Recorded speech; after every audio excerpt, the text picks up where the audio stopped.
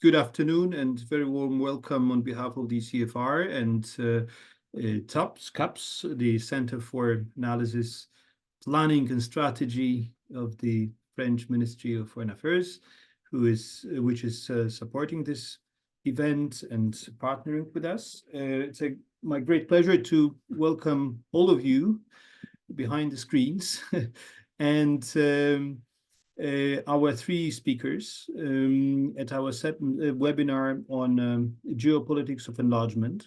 We want to unpack this notion of this new enlargement, wave of enlargement, which is awaiting us, having a particular geopolitical character. And we will discuss it with three great speakers, with Clotilde Warin, who is advisor on European affairs at the Center for Analysis, Planning and Strategy at the Ministry of Foreign Affairs of France. Engellushe Morina, who is my colleague from the ECFR, expert on Western Balkans and enlargement, senior policy fellow at the Wider Europe program. And last but not least, Litra, who is visiting fellow at the ECFR and joining us from Ukraine, from Volhynia at the moment. I think the topic of our event does not require any very deep introduction. But I wanted to say that I think we can look at that from two perspectives. The one perspective is that the decision to enlarge the European Union, which was taken after the Russian invasion in Ukraine, is certainly a watershed moment for Europe and opening a kind of a new chapter, or being part of a new chapter in the history of European integration, which is very much marked by geopolitical considerations. And this is the one angle from which I think it's worth looking at enlargement and its and a particular character of its current round. The second perspective is about the future of the European security architecture. And it is, of course, very much related to the outcome of the war in Ukraine. We are in the middle of this conflict, and it is very difficult to predict the future. But of course, thinking today about the European security and enlargement as being part of a also European or EU strategy to ensure a better future, it is very important to analyze how the enlargement of the European Union fits in our thinking about the future of European security once the war is over. And perhaps another third aspect which we would like to touch upon is this is more related to the methodology of enlargement, to the whole process of enlargement, which is enlargement has never been based about defense and security, but it's probably this time it's different. It is still the methodology of enlargement does not have much to do with the realms of security and defense, but the big question is it sustainable? Is it can we pursue the enlargement policy at the same time ignoring the security and defense implications of enlargement? And can an EU enlargement be successful without taking security and defense realm more into account? So these are, I think, the three big general questions which I think it would be worth discussing today. But I would like to start with Engjellushe and ask her for to set the scene for this conversation, outlining a little bit what we mean by this geopolitical character of enlargement. What are the how can we conceptualize it, and what are the main implications of the fact that we think about enlargement today more in geopolitical terms perhaps than in the past, or maybe not. Maybe you would say that enlargement has always been a geopolitical project, but perhaps there are some differences between its various routes. So, Engjellushe, the floor is yours, please. Thank you very much, Piotr, for also kind of setting the scene. And you're right. Yes, I actually think that enlargement has always been geopolitical, especially the latest round, which was in 2004. And recently, May 1st was the 20th anniversary of Big Bang, as it's known, Big Bang enlargement. Even the European Parliament celebrated it on 24th of April, and they invited some special guests, such as Romano Prodi and the very famous Günther Verheugen. For all those that are not aware of this name, he was the very successful EU Commissioner for Enlargement and Industry, who dealt with, this is how it was called then, who dealt with bringing in all 10 countries in 2004, 2 more in 2007, Bulgaria and Romania and Croatia in 2013. And, you know, looking around it and reading some of the articles and assessments recently, almost everyone calls this round of enlargement very successful. And maybe I'd like to point out a couple of differences between then and what we are dealing with now in terms of the approach. And just point out what you already mentioned, the security aspect of it. So in 2004, the reason why I say it was even then geopolitical, it's that the whole kind of political decision was taken against the background of 2 very important events for Europe. One was the coming down of the wall, and therefore the end of the Cold War. And also the wars that were happening as part of dissolution of Yugoslavia. In 1999, when the political decision was taken, there was actually a war going on in Kosovo, and Europe and US had decided to be part of it in a way of NATO intervention.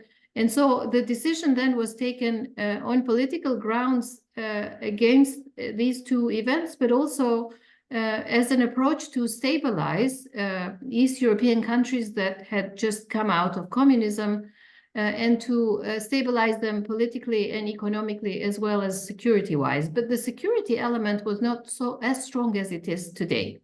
So the whole EU approach then was very transformative. We can debate, you know, the extent of this transformative approach, because then we realized that Hungary and Poland until recently didn't have the full transformative approach, and we can talk about, when we talk about methodology, we can talk about the shortfalls. But now what we're dealing with is, you know, a very securitized debate. And especially recently, in recent weeks and maybe a couple of months, we are talking about the security element of this round of enlargement, or this enlargement approach. And this is because this time the security of Europe is actually affected.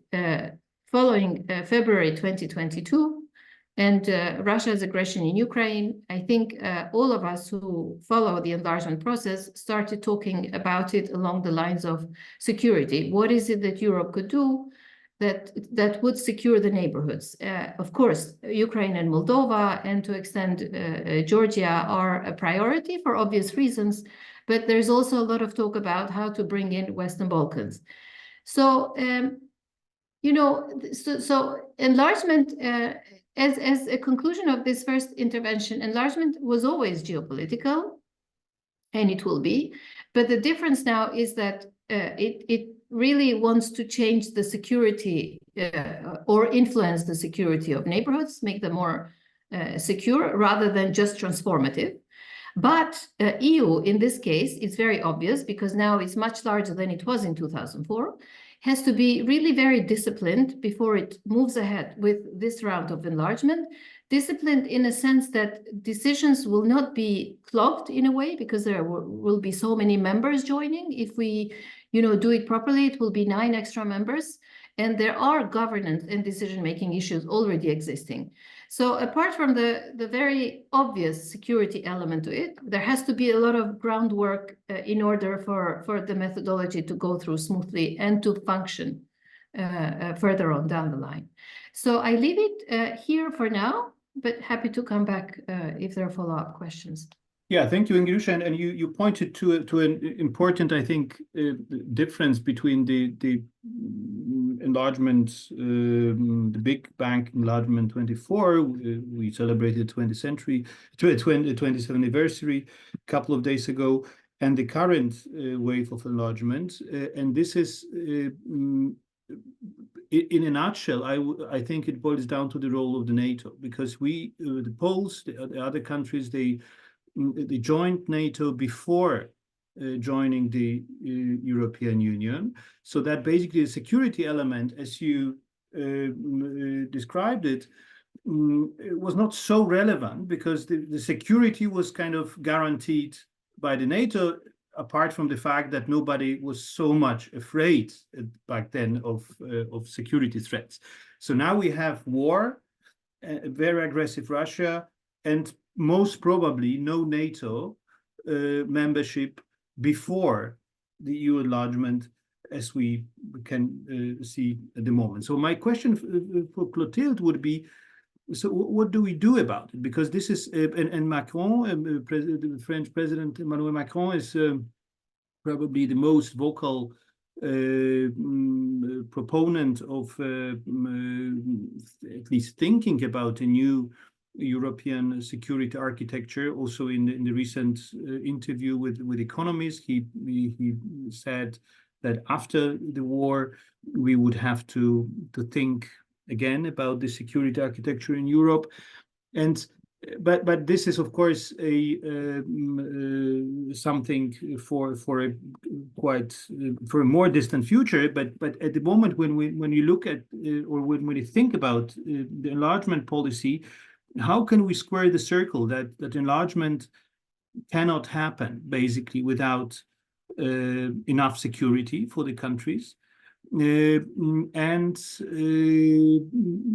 at the same time, most probably the most important in the last decades anchor of security, which is NATO, or which has been always NATO, might not be available. So how to solve this dilemma? Okay, thank you so much for the invitation, and thanks also, Engjellushe. I want first of all to follow up with what Engjellushe just said, because I do fully agree with her, as I think that the enlargement process has always been geopolitical. In 2004, it was about how to bring into the EU countries which have been under Soviet occupation. And so it was geopolitical, because it was to absorb, to swallow countries which were different from the core of the EU at that time.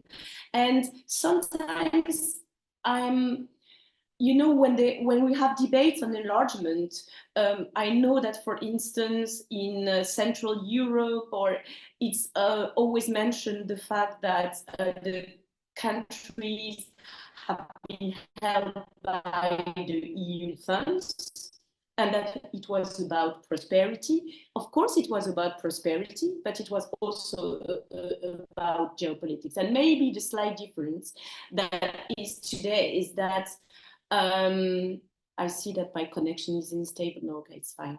So maybe the slight difference is that it is geopolitical, it is geostrategic, and as you stressed on that, Piotr, I do fully agree, it's really on security.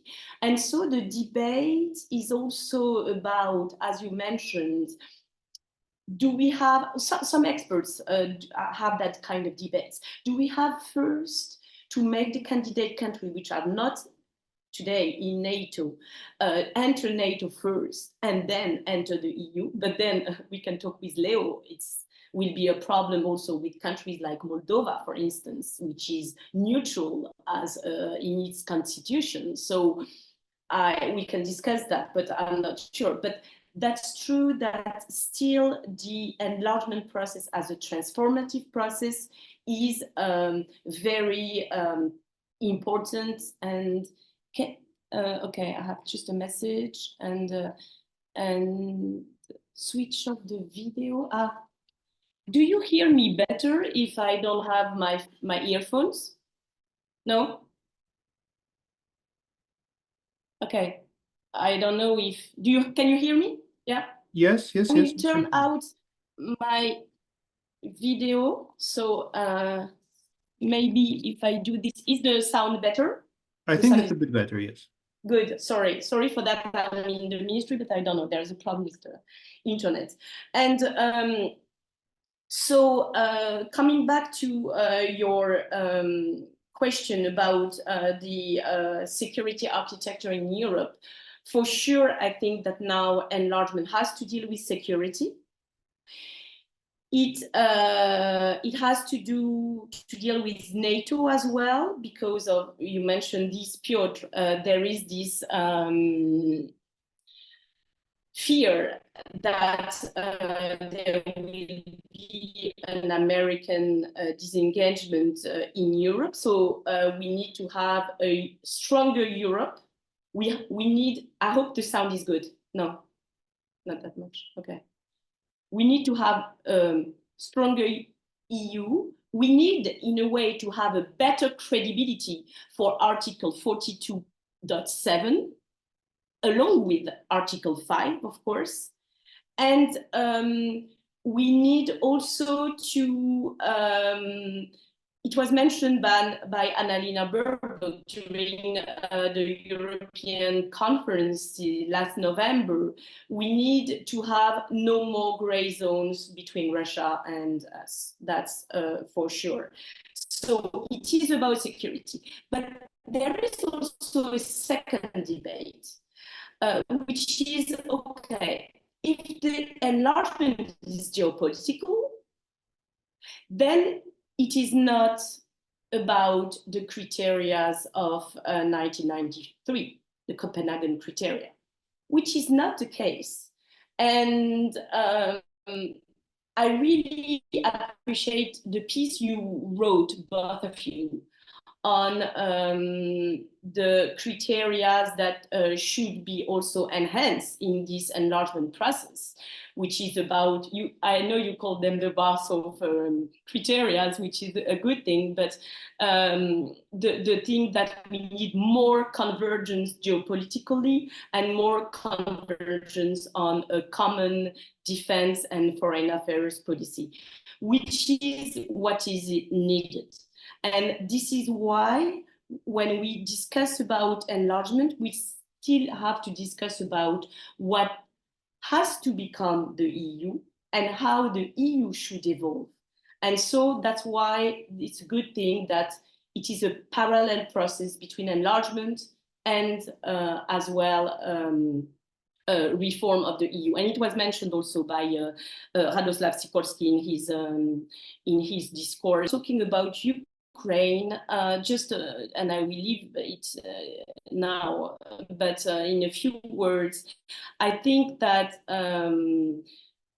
it is the drama of the war which has brought Ukraine to the process of enlargement, but it will be an enlargement, it will not be a fast-track enlargement. The nowadays enlargement is not about some candidate countries being favored compared to others, and there are still criteria, but the political will is here, and even there is giving the floor. Thank you. Hope the sound was good.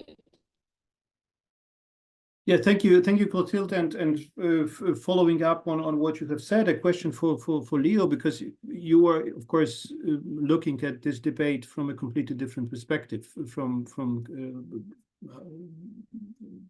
from the other side, and from the perspective of a country which is at a very peculiar, very difficult moment. And the question is, what does Ukraine realistically expect from Europe when it comes to security and defense? Because we talk about, the enlargement perspective as a geopolitical tool from the European perspective, that this is also a security measure for us. But what does it look like from the Ukrainian perspective, or from the Moldovan perspective, which is certainly different, but I would put these differences now aside. But you wrote a very interesting piece recently for ECFR on the security arrangements which Ukraine have signed with several European countries. Is it the maximum what the Europeans can offer Ukraine in terms of security assurances? Is there anything going beyond that? How do you see this nexus between enlargement of the European Union and strengthening the security cooperation? Thank you, Piotr. Thank you, colleagues, for having me today and for being able to reflect a bit on I would say, one of the most important questions for Ukraine, the security track. And certainly, I would say that since the large-scale invasion started, the EU integration, maybe it's not the first issue on the agenda, as it used to be, by the way, before the large-scale invasion. However, it's very much discussed in connection with the security track. And I would say that in the current context, the EU integration without a security track is a very problematic prospect for Ukraine. The existing security elements of the European Union, such as just Clotilde mentioned, the Article 42.7, this is it doesn't look credible as seen from Ukraine, and I think that the fact that Finland and Sweden, being EU countries, applied for NATO, kind of a little bit reinforced this low credibility towards what can EU offer as a security framework. Therefore, I think that without a security arrangement, the EU integration is at risk for Ukraine, and I don't see it happen. I mean, it would, even if we go forward, we start negotiations. That is what is expected to happen soon, and we go forward with some of the process based on the merits in terms of reforms for Ukraine. This is not going to be sustainable approach, from the very fact that if you, in the context of Ukraine especially, but also Moldova, I think, if you don't have a proper framework to guarantee security or to offer security, that would not allow these countries to develop normally, so that people won't return. I mean, a lot of people left Ukraine, and investments won't come. So you mentioned previously, and Engjellushe mentioned about the fact that NATO was first thing to do before the Big Bang enlargement, which guaranteed a lot of things, including the investment. And in our case, we don't have this. So that's why the EU integration without a security track would be highly problematic, and I don't believe it's sustainable. Now, when it comes to some of the things we try to do in the meantime, until we find a proper security framework to kind of reinforce the EU integration. Indeed, Ukraine is signing these security cooperation agreements. We signed 9 agreements already, so with mostly EU countries, but also Canada. we expect to sign the one with the US and some other countries. So this is kind of a little bit of basics, I would say, what we need for security, because these agreements do not offer any guarantees. The only guarantee, I would say, is the guarantees of security support, and only for 1 year, because we don't have commitments for the next year. So it's only 2024 so far. And even for 2024, not all the countries found the money they pledged for to spend on the security within the framework of this agreements. So I think this is something which is very basic, but to put it like more kind of to a little bit be provocative maybe in our discussion, and say that we need real security guarantees for that for the European integration to happen in our part of Europe. It could be NATO, which doesn't sound really likely. I mean, for the at least for the Washington summit. So it's something which is being there's no appetite basically for this, and it could be bilateral security guarantees. We remember Sweden, while applying, UK was the country who offered bilateral security guarantees until Sweden would become a NATO country. So until this happens, I think that the best solution would be really to develop European production of defense industry. That's very important. EU already put forward a European strategy to develop the defense industry. Ukraine was the main reason for having this strategy. It's actually the first ever strategy at the EU level to be presented. And today, by the way, there is a forum, EU Ukraine Defense Industry Forum, which is meant basically to plug the industry, the production industry, to the strategy overall. So to connect the kind of the conceptual, framework with the practical things. If this happens, I think we would be much safer in terms of having like real deterrence mechanisms in place. Unfortunately, very old-fashioned, but as the adversaries that we are facing now are using these methods, we cannot use, unfortunately, others. So we have to really plug in the production. And just to remind maybe my last point for the introductory, EU and the US together produce less 155 artillery shells than Russia now. And this is a real problem in trying to deterring Russia at negotiations, whatever, because they have an upper hand in terms of production scale. So I'll stop here, and would be happy to get a deep dive in certain of these aspects. Yeah, thank you, Leo. And just moving back to Engjellushe, just I'm wondering what would be the best way to, apart from this most urgent kind of emergency support for Ukraine short term, how to better, include or better integrate this security and defense realm in the enlargement process.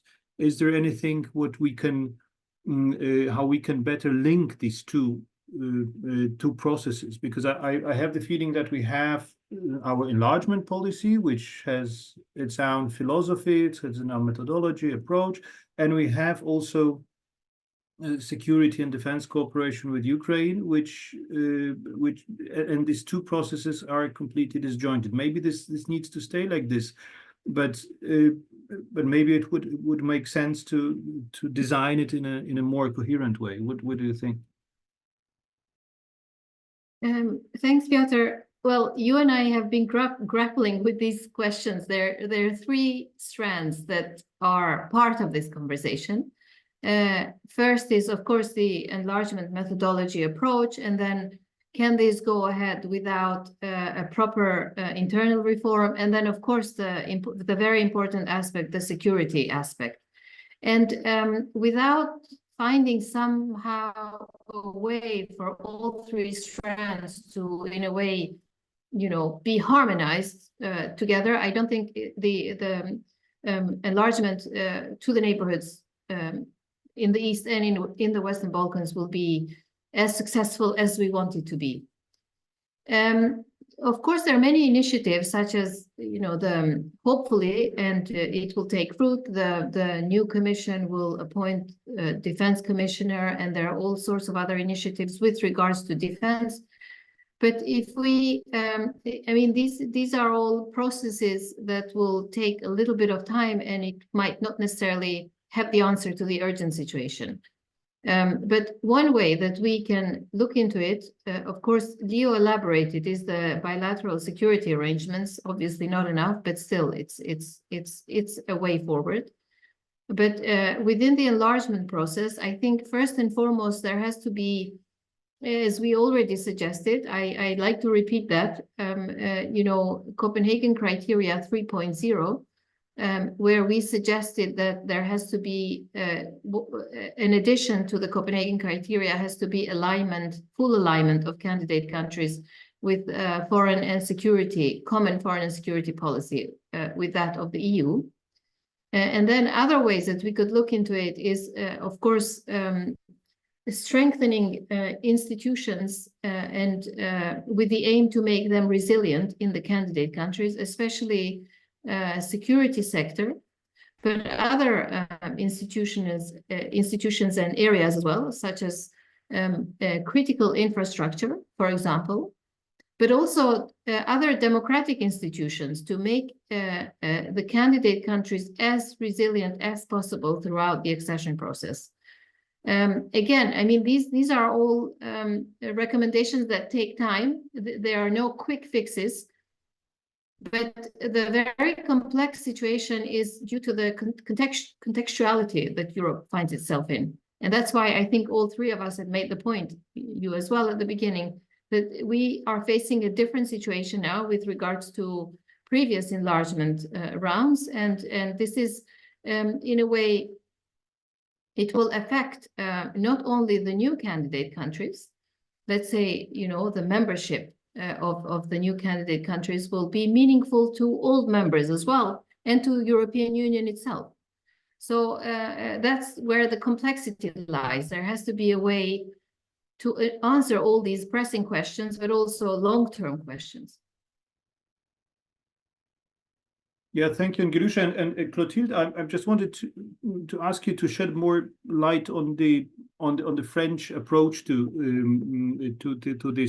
all these questions, because I think it's very interesting when you follow Emmanuel Macron's speeches or interviews.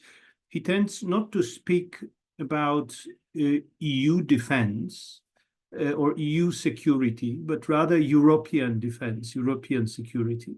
And this is it's not by accident that he makes this difference between these two concepts, because I think that he tries to define security in Europe in broader terms than just the EU policy.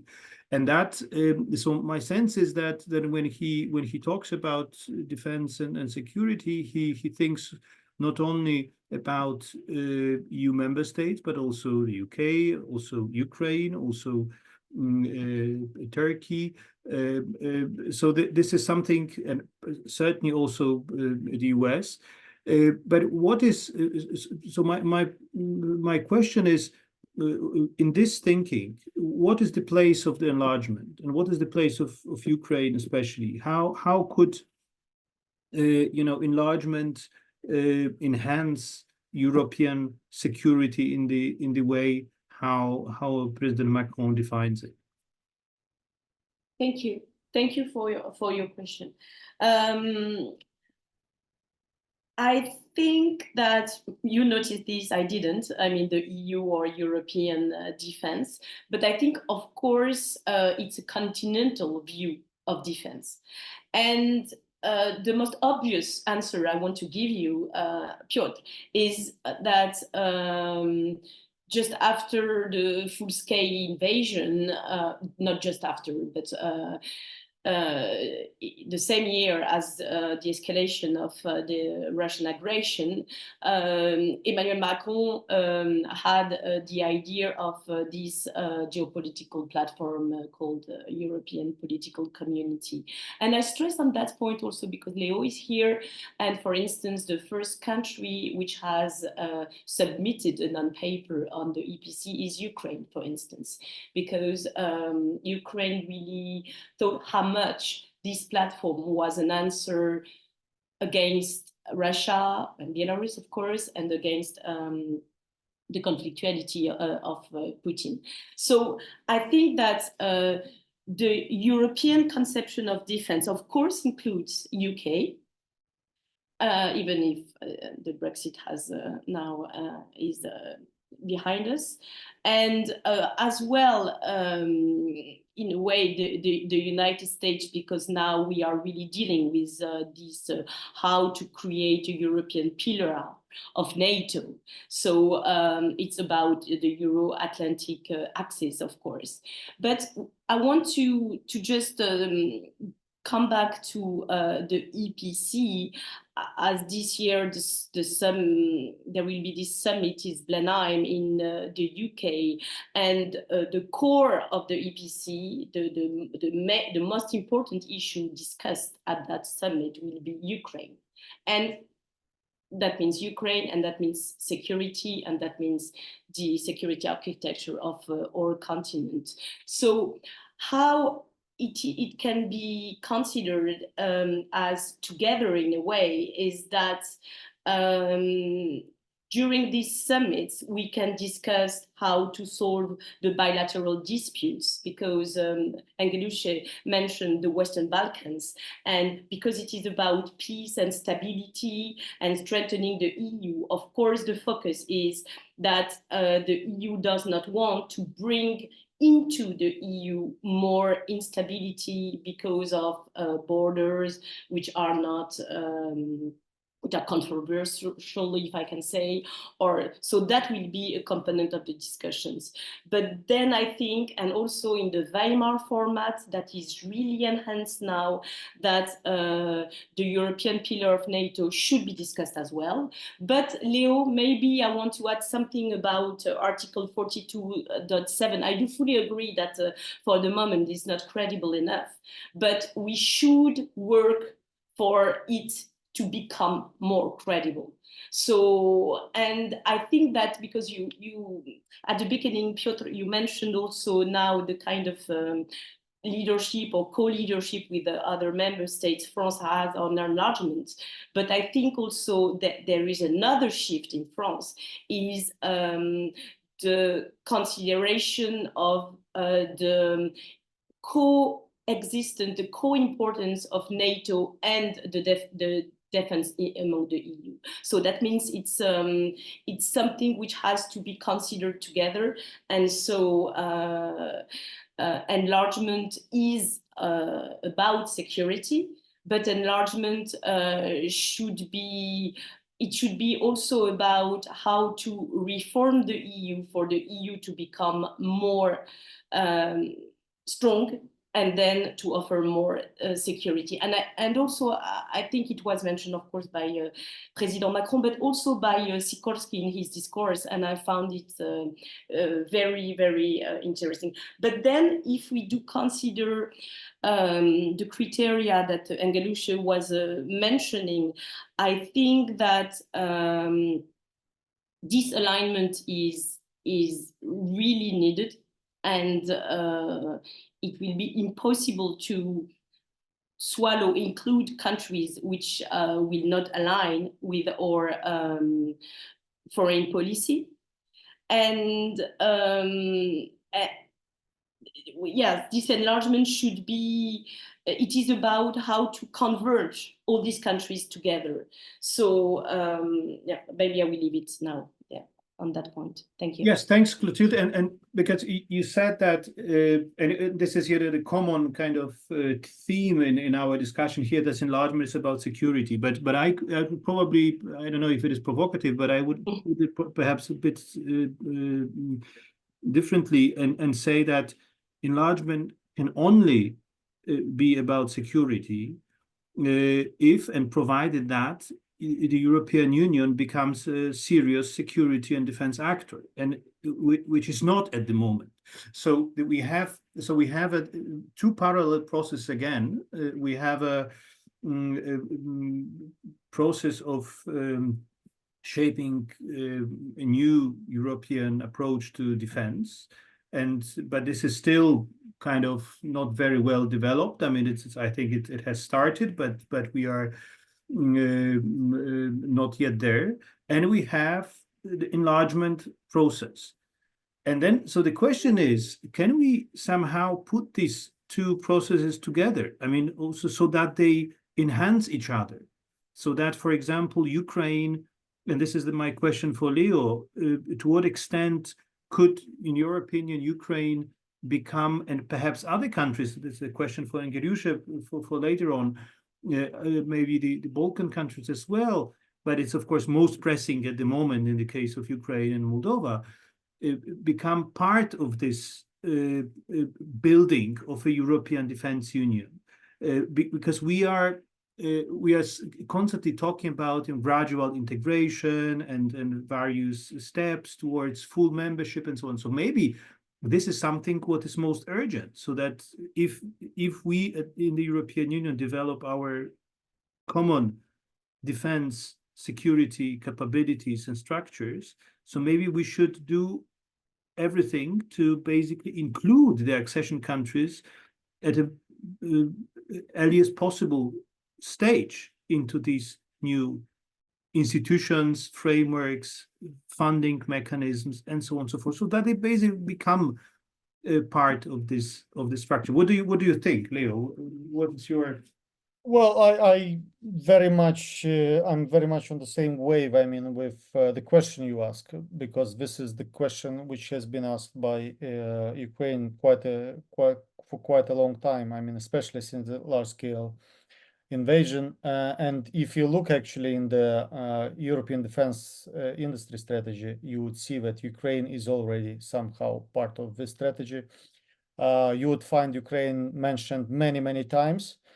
And basically, I think that we can do this without having Ukraine as a member, a full-fledged member of the EU, and Moldova as well. I mean, Moldova is another story, because it's basically a combo offer. I mean, if you pay for one, you get two. You know, it's like if you ensure to have security in Ukraine, since Moldova is a landlocked country between Romania and Ukraine, then Moldova is kind of fixed. It's not fixed because we know from history that small countries can have big problems as well. However, I think that the outcome of the war in Ukraine would highly define the case for Moldova as well. And getting back to what I was mentioning earlier, I think, and I see a lot of prospects of having Ukraine integrated in the security dimension, defense dimension of EU before getting to become a member, because this requires, the second part requires much more time. For the first, Ukraine is leading in some areas. We have in Ukraine a very well now a very good setting of drone production, of some weapons. So precisely what we need to as we call it, active deterrence. Yeah. The problem with the strategy, defense strategy, as we see it again from Ukraine, is that it offers without having a sustainable financial input, is not going to deliver what was meant for when it was created.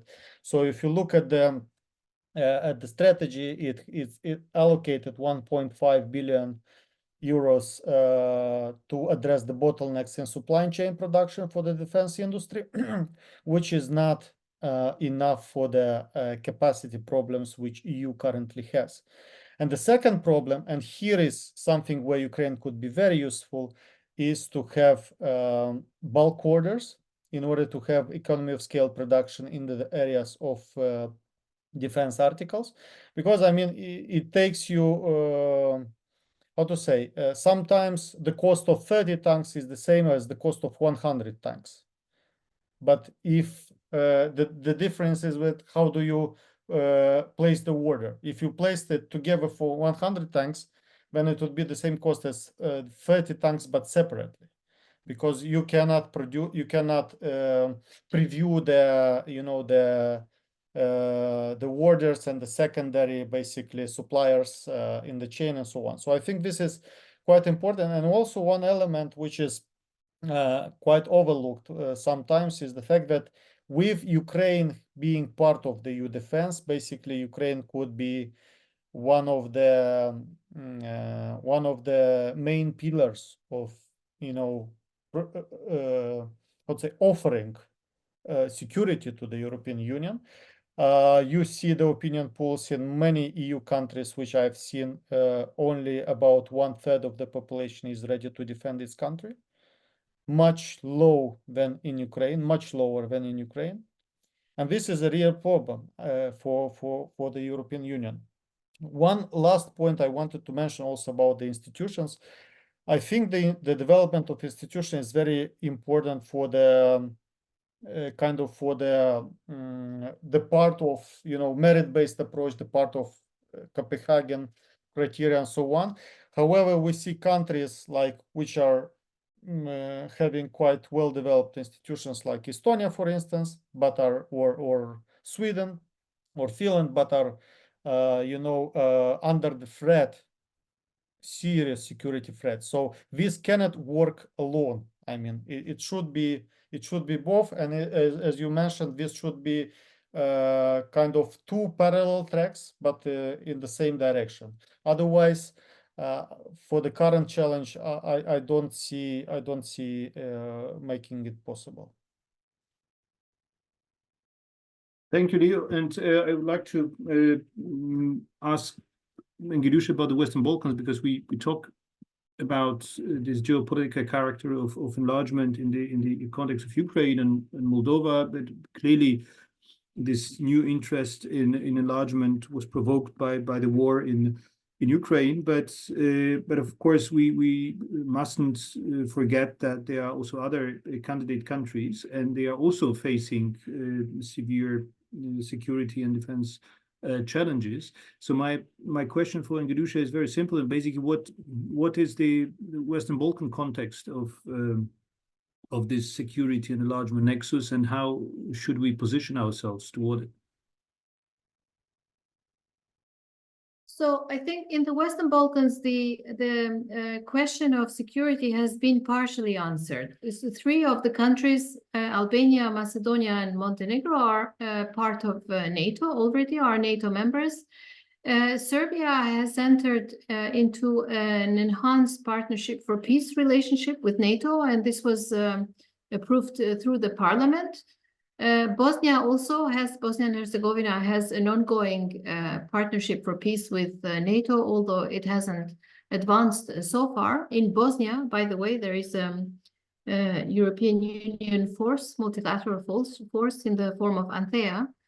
And in Kosovo, same as Bosnia, there's a NATO presence. Kosovo is also has a relationship, although not as advanced as the two other non-NATO members.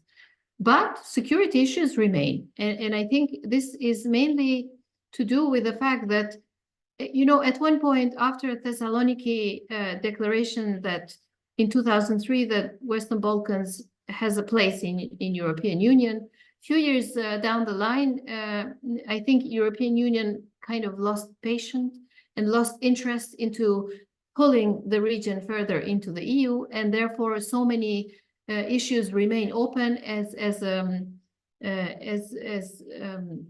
way of unfinished conflict of the 90s. And so, you know, finding a resolution to bilateral issues has become really key. Also, coupled with this should be strengthening of rule of law institutions in particular, but also democratic institutions. In some of these countries, especially in Serbia, we have seen regress in democracy.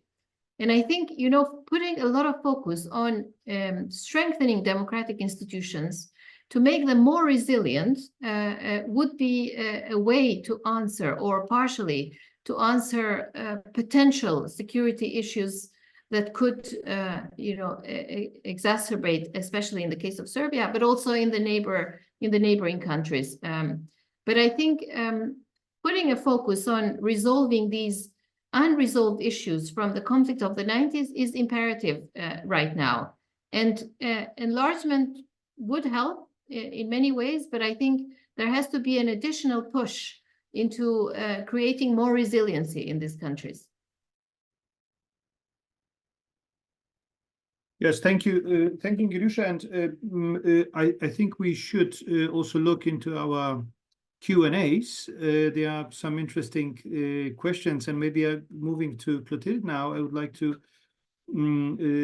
address some of these questions maybe to you, if you allow me. So the one is very broad, and it's about basically how enlargement will change the European Union and perhaps even the objectives of the European integration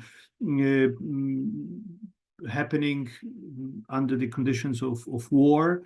Of course, as we discuss in this webinar, this geopolitical rationale of enlargement integration is coming to the fore, and it's in something which we haven't seen before. So what will be the long-term consequences of that? If you could perhaps say a few words about it. And there is also the question of Putin's nuclear blackmail against enemies, and clearly we are all defined as the enemies, both the European Union and Ukraine. And Mr. Nizhnik, who asked this question, says that basically only response to that or the solution would be to confirm Ukraine's future in the EU and NATO. But however, what does it mean to decisively confirm it, and how to make it effective? So these are the two first questions. There is also a third one, but I would perhaps stop here for a while and give you, Clotilde, the floor, and maybe you would like to also react on what other colleagues said. Yeah. Thank you, Piotr. I start, and I will not be too long. The geopolitical view of the EU is something that was stated even at the beginning of this commission by Ursula von der Leyen, and it's a wish also by, I think, the majority of member states, as the EU should not remain a kind of, it's not about funds and economy, it's about geopolitics, it's about how to reduce dependencies and how to ensure to its inhabitants security. So how it can be done, we have tackled a little bit this. It has to be tackled through, of course, a reform of the EU. I'm not going to enter into the debate of the treaties, but about ideas, and also ideas that were that came out from the conference on the future of Europe, and so it's also a demand of a request from the citizens of Europe.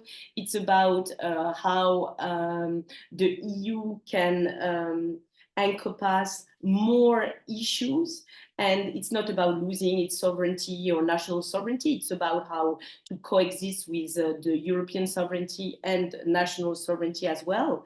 And geopolitics will be definitely more important with a commission which will be able to have, for instance, a common voice at the EEAS. That means that we should have in foreign policy strengthened EAS, which with a more a stronger voice for the VP and commissioner.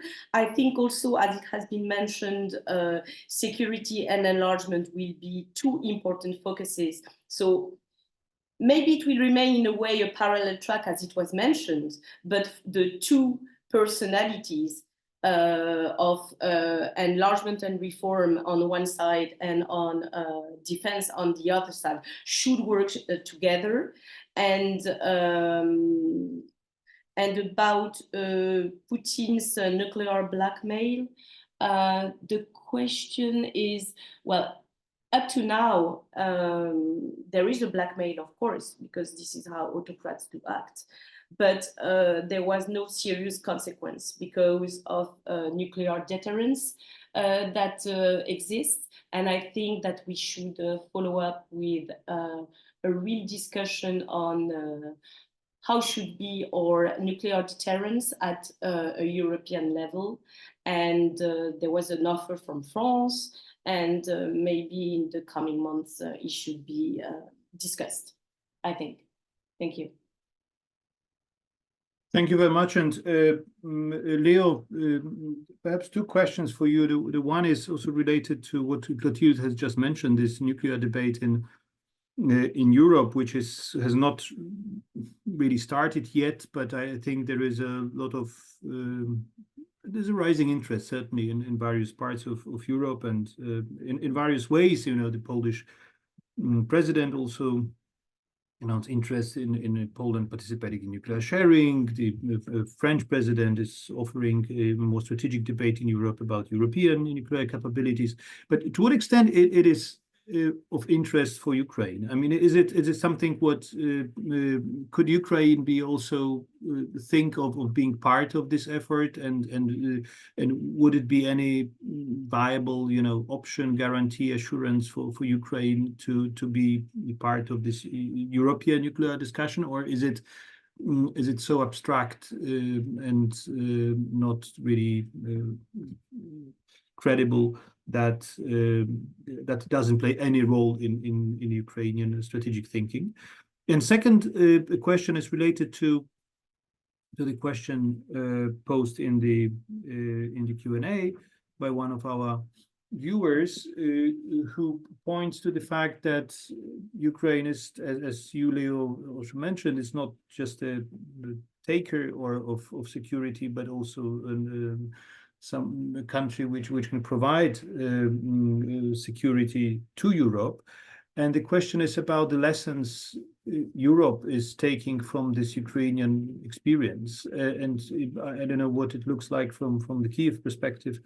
How do you see this European debate evolving, and whether you think that Europe is getting up to speed with the defense policy also based on the Ukrainian lesson? Well, thank you, Piotr. And both questions are quite difficult, I would say. For the nuclear blackmail, I think, well, I mean, Ukraine is saying all the time what some other people say, especially from the US, that the blackmail itself is more powerful than the use of, you know, nuclear weapon. And if you count this, there are some calculations in Ukraine, all the firepower which Russia used in Ukraine since the beginning only of 2024 is already equal to some I would say destruction effects of certain tactical nuclear weapons. So from this respect, I think Ukraine has been quite strong on kind of pushing back on this. For the interest, I'm not a military, and I don't know what it takes to restore Ukraine's nuclear status, to restore, not to gain, but to restore.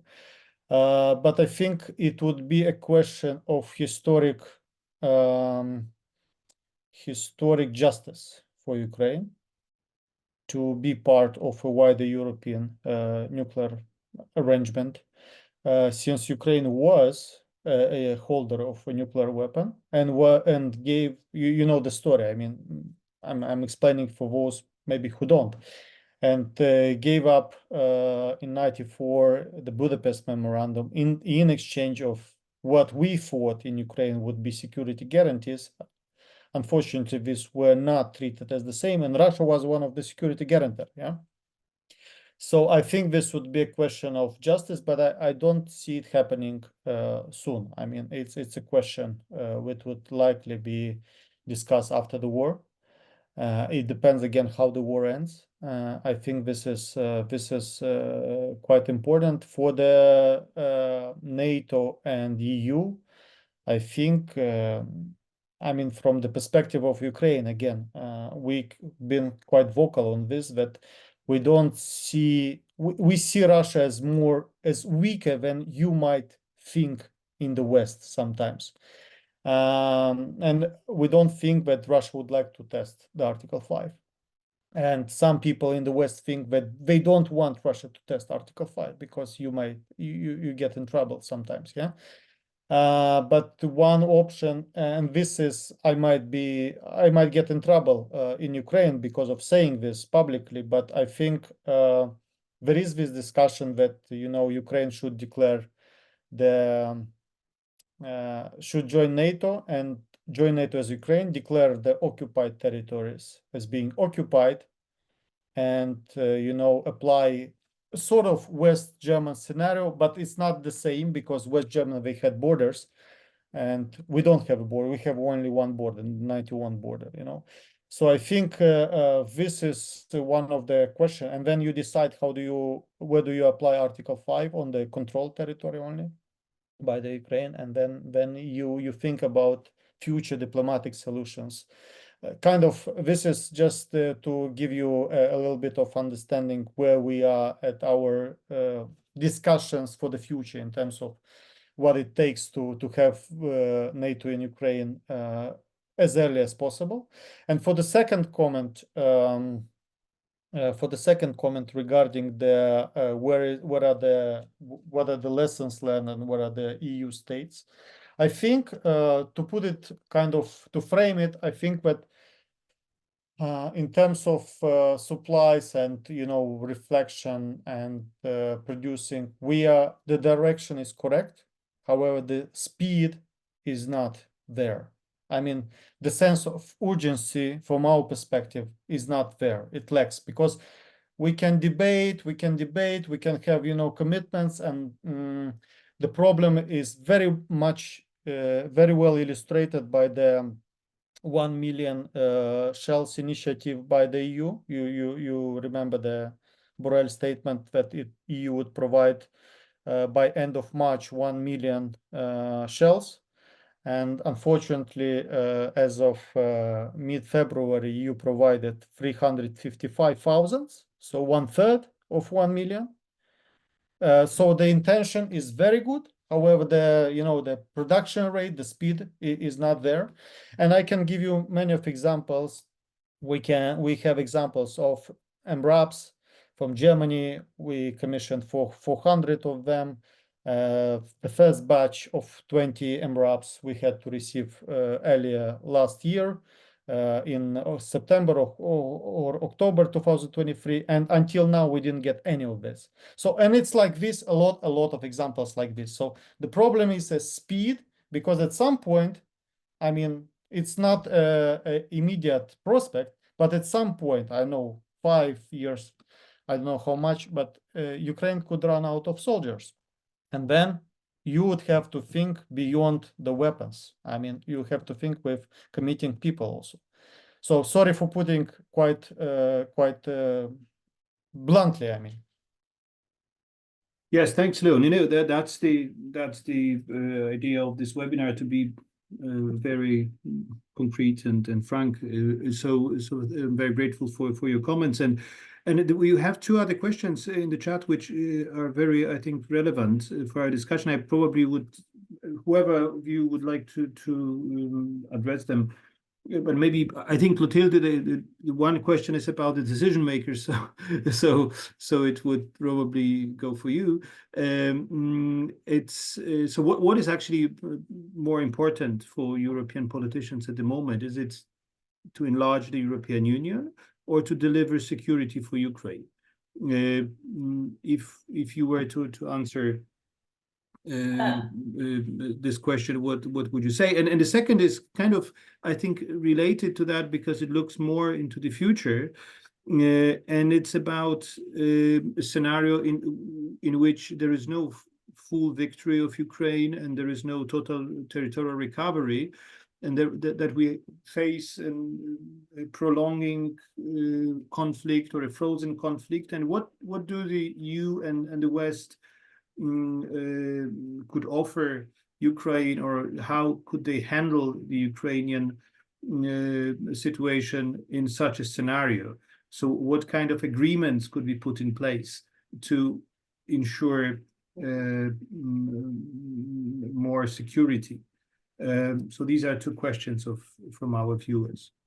Okay, I will answer quickly to leave also the floor to Engjellushe and Leo. The first one, I think it's maybe the answer is in also what is in the strategic agenda of the forthcoming Commission. It's not about is it more important to enlarge the EU or to deliver security. The first component of the agenda is security. And in this chapter, there is enlargement. So it's linked to the reflections of Engjellushe and Piotr, and that shows that it has to be done together. So it's not either or, it's together. So that's my first answer to this question quickly. And then as we are speaking bluntly, as Leo said, the perspective of a frozen conflict is a nightmare because Russia loves frozen conflicts. And so that would be very difficult for us, but maybe because we have memory and we know how we can take lessons from what has happened and not be full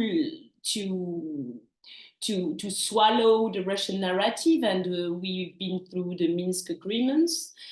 We know that we should be prepared for that and not be able to be in the hands of Russia in case this happens.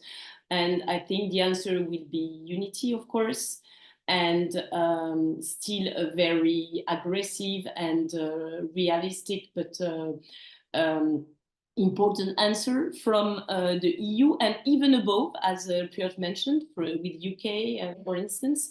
So that can be a perspective, but we are dealing with these scenarios as well, and we will try to give the good answer to this. That's it. Thank you. Thank you. Leo or Engjellushe, any of you would like to come in on that? Leo? Yes, I'd like to take the last question of Mr. Lafont. I think this is a very important question. It's being discussed, as Clotilde mentioned, and I hope that we should not exclude anything, as President Macron says, precisely for the fact that we have to adapt to the situation we have.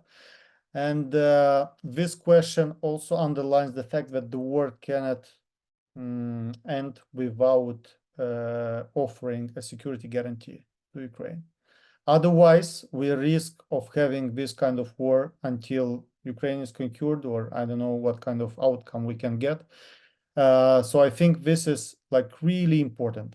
Minsk agreement, you know, it was not signed by Ukraine, it was not signed by Russia. It was signed by people who were somehow delegated without a document, but I mean, it was a very hybrid model. I guess for the end of the war in Ukraine, when we arrive in that day, that would be people signing from some not through the proxies, but like people like Russia, from Ukraine, and maybe guarantors. And I hope then the responsibility would be different, and this would also make the change. So it's kind of, we are evolving from the Minsk format, but the Minsk experience, of course, gave us a lot of understanding how to, how these kind of instruments can be used against good faith negotiators, good faith states, you know, and I don't think we are going to do that mistake again. I mean, that's why the war should absolutely end with security guarantees. Otherwise, I don't know whether we can manage it, as Mr. Lafont asks the question. Yes, thank you very much, Leo. And Engjellushe, you know, for you basically to probably to wrap up, because our time is over. Just a question, you know, about the next few months, and what would you expect after the election, once the new institutions are in place? What should be part of the security and enlargement agenda if we think it together? What would be your suggestion or recommendation? I'd like to go to the first point I made at the beginning, Piotr. The last round of enlargement, of course, it was about peace and stability, and it had a transformative effect. I think this, obviously, this round of enlargement has to be all about security, peace and security, and it has to be geared in that direction. From the Commission's communication, we understand that there are preparations being made for the policy review to be announced, hopefully during the second part of this year. And I hope some of the issues that we have talked about, we will find in this policy review. Otherwise, there is a lot of hope that during Polish presidency, some of the issues that we are talking about, some of the recommendations that we are giving, hopefully will start taking root. Yes, thank you very much, Engjellushe. And I think that was a very, very good final word, because I think this webinar has demonstrated that we indeed need to make more in-depth thinking about how to link these two strands of the current European new agenda, and which are basically security and defense, which is not very new, but it's, I mean, our ambitions are quite new. I mean, the level of ambitions, and the new interest in enlargement, and that both are of essential importance for the future of the EU. Probably the future of the EU depends on us being successful on both agendas, and we need to think them stronger together. And I think I'm very grateful for your contribution, because I think they have demonstrated that there is already some thinking about it, but we definitely have more of that, and I hope we will continue this fruitful exchange also with CAPS. Thank you very much for that. And Clotilde, please, you wanted to. Yeah, just one word, sorry for that, but just to follow up with this, I really think, and also because Leo is here, and that because of what happens and in Ukraine, the perspective is now different with this support, and the EU has now a real combat identity, which is completely new, I think. Because as Engjellushe mentioned, it was built for peace and at the end of the war, of course, but under peace, and now it's not the case. So Ukraine changes in a way even before entering the EU. Yeah. Thank you very much. Thank you, Clotilde. Thank you to all of you who joined us today and stayed until the very end of this webinar with us. And this topic will stay with us certainly for a while, and we will do some research and some more discussions, and encourage you very much to follow